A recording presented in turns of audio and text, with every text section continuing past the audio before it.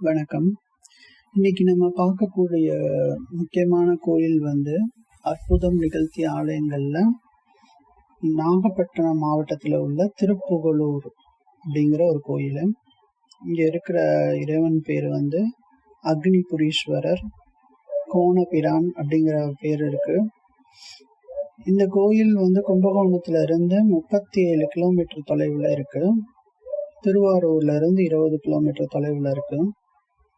மாயவரத்துல இருந்து 32 கிலோமீட்டர் தொலைவில் இருக்கு.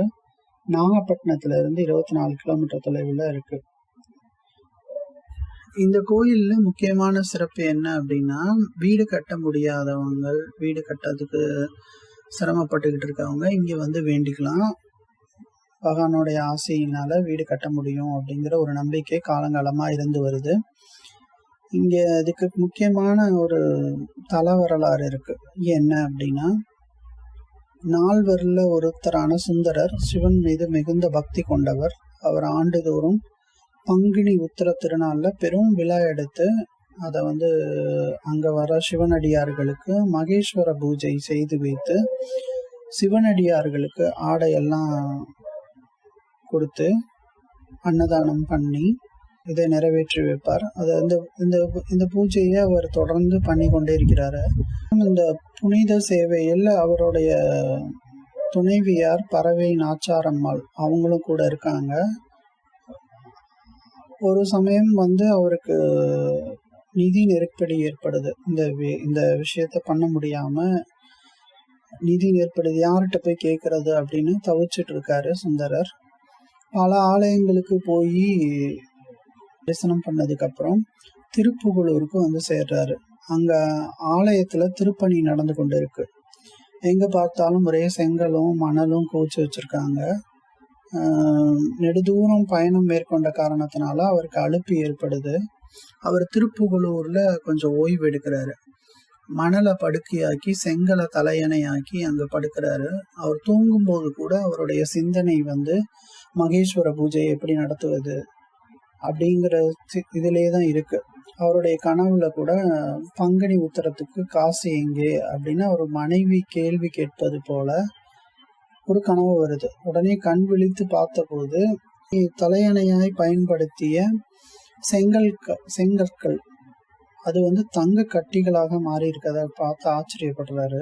அந்த விஷயத்தை நினைவு கொள்ளும் வகையில் வாஸ்து பரிகார ஸ்தலமாக அது விளங்க ஆரம்பிச்சது. இன்னைக்கும் புதிதாக வீடு கட்டுபவர்கள் இந்த தலத்திற்கு அக்னிபுரீஸ்வரர் சன்னதிக்கு நேர் எதிரில் 3 செங்கல்களை வைத்து பூஜை செய்து, வாஸ்து பூஜைன்னு சொல்லுவாங்க, அது செஞ்சு இறைவனை வழிபட்டு எடுத்து செல்கின்றனர். இவ்வாறு எடுத்து செல்லக்கூடிய அந்த பூஜை செய்த 3 செங்கல்களை வடகிழக்கு தென்கிழக்கு பகுதிகளிலும் பூஜை அறையிலும் வைக்கணும் அப்படின்னு அவங்களே சொல்லுவாங்க.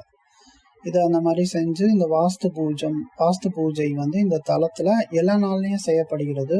எப்ப வேணாலும் போய் அந்த கோயில்ல அந்த வாஸ்து பூஜை செய்து அந்த கற்களை அங்க வச்சோம்னா அது எளிதாக வீடு கட்ட முடியும் அப்படிங்கிறத இந்த வாஸ்து பூஜை நமக்கு அறிவுறுத்துது. அதே மாதிரி இங்க இருக்கிற இறைவனுக்கு பேரு அக்னிபுரீஸ்வரர்னு பேர். அந்த பேர் வர்றதுக்கும் தல வரலாறுல ஒரு கதை இருக்கு. அக்னி தேவனுக்கும் வாயு தேவனுக்கும் இடையில பயங்கர சண்டை வருது.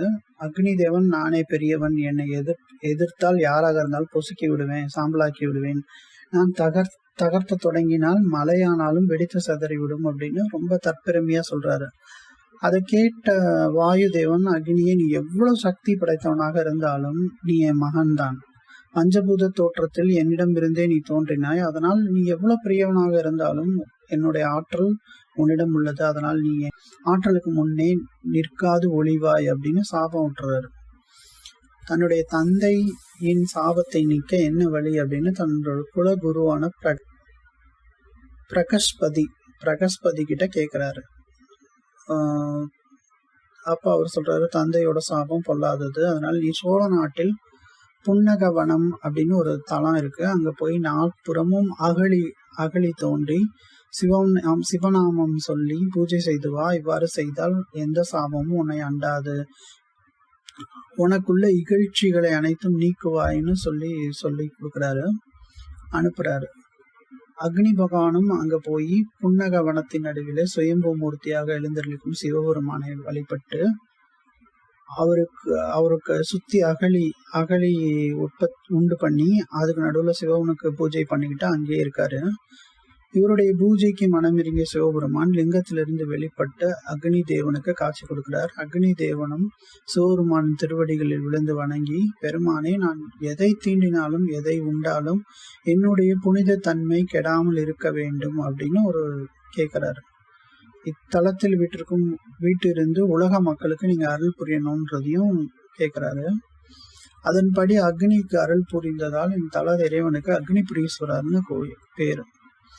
அந்த ஆலயத்துல ஸ்தல விருட்சம் புன்ன மரம். இந்த ஆலயத்தை சுற்றி அமர்ந்துள்ள அகழிய பான தீர்த்தம் அக்னி தீர்த்தம் என்று அழைக்கப்படுகிறது. இத்தலத்தின் இறைவியின் திருநாமம் கருந்தாள் குழலி என்பதாகும். செயரட்ச காலத்துல அம்பாளுக்கு வெள்ளை புடவை சாத்தி வழிபாடு செய்யப்படுகிறது. திருமண தடை உள்ளவர்கள் அம்பாளுக்கு வெள்ளை புடவை சாத்தி வழிபட்டால் எளிதில் திருமண பாக்கியம் கிட்டுவதாக இங்கு வரும் பக்தர்கள் நம்பிக்கை தெரிவிக்கிறாங்க. அதுக்கப்புறம் இங்க இருக்கக்கூடிய சனீஸ்வர பகவானும் ரொம்ப முக்கியமா சொல்லப்படுறாரு. நல சக்கரவர்த்தியும் சனீஸ்வரனும் சிறுப்புகுளூர் தலத்துல ஒரே சன்னதியில இருக்காங்க. இது மிக விசேஷமானது. ஒரு சமயம் நல சக்கரவர்த்திக்கு சனி பகவான் தோஷம் ஏற்பட்டது. சனி தோஷத்திலிருந்து விடுபடுறதுக்கு திருநள்ளாறு அவர் போறதுக்கு முன்பாக இந்த தலத்துக்குள்ள உள்ள சனீஸ்வரனை வழிபடுறாரு. அப்போது இறைவன் திருநள்ளாற்றில் உன்னை பிடித்த சனியை விலக்கிக் கொள்கிறேன் அப்படின்னு அசுரீரியாக ஒரு வாக்கு சொல்றாரு. இதனால இங்க உள்ள சனீஸ்வர பகவானுக்கு அனுகிரக சனி அப்படின்னு ஒரு பேரு. இந்த தலத்துக்கு வந்தாலே சனி தோஷம் நீங்கிவிடும் என்பதும் ஒரு ஐதீகம். அதுக்கப்புறம் கோணபிரான் இறைவனுக்கு ஒரு பேர் இருக்கு, ஒரு ஸ்தல வரலாறு இருக்கு. அதையும் நம்ம பார்க்கலாம்.